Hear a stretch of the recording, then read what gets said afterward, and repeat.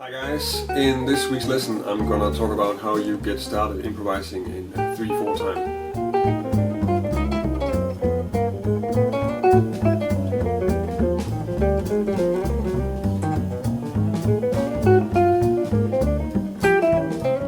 I had a request to make a lesson on how to improvise on Someday My Prince Will Come, and also just to give advice on how to play over 3/4 time in general.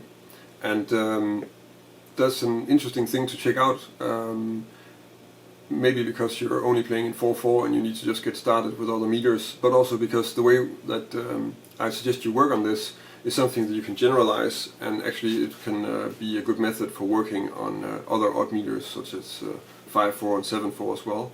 And you can also generalize it to use more interesting rhythms while you're playing in 4/4. So it's a useful method that I'm probably gonna return to in other lessons too. The song that I'm gonna do this on for this time is Someday My Prince Will Come. So the first 8 bars of that would be these chords.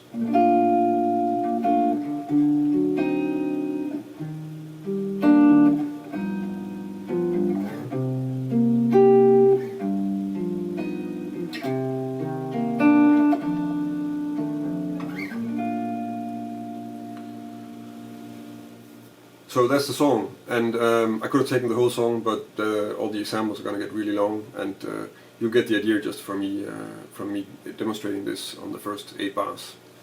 It's a simple idea actually, because the problem is that we're used to relying on just feeling the meter, so we don't have to think about if we're on which beat we're on, and we know where the one is. We don't have to count.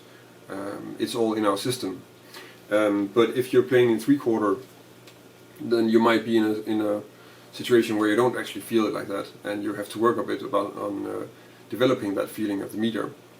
One way to do that is to start improvising, but then doing that with a set rhythm that you take through the changes, so that you know that the rhythm you're playing is predictable, and you know where the one is all the time, because you know the rhythm as a melody. So I'm just going to demonstrate that. It's quite simple. The first rhythm that I'm going to use is this rhythm.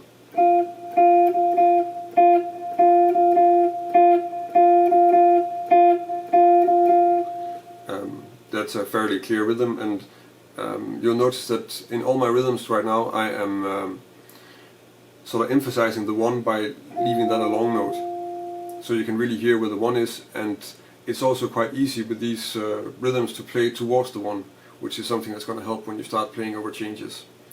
The next one is this.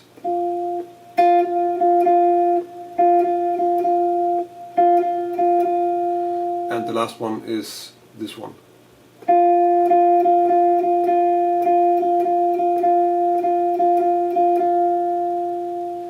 So if you use those 3 rhythms, then you already have a vocabulary of 3 different rhythms that you can use when you're improvising, and which you then, if you practice them over the song like this, probably can feel. And then you just develop your repertoire and start mixing this up, and maybe take a few simpler rhythms and develop it like that. This will work, of course, in 4/4 too. If you want to expand on your rhythmic vocabulary, then if you can come up with some rhythms, then you can practice them like this and get them into your system. Just to demonstrate how you might do this on this song, I'm just going to go over the arpeggios in the 6th position for Someday My Prince Will Come, and then we can use those as a starting point for an improvisation with one of the rhythms. So the arpeggios are this.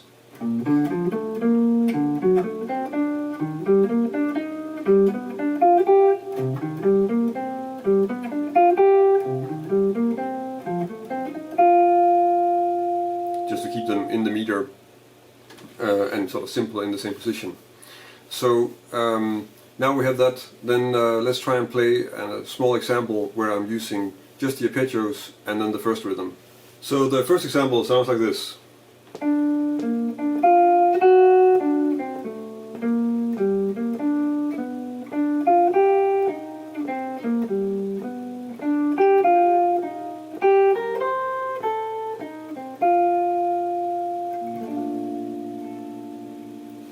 And the second example, I'm a little bit more free about what I'm using, so I'm not only using the arpeggio notes, I'm also using notes from the scales that fit the chords at that point in the song. And I'm using the second rhythm that sounds like this.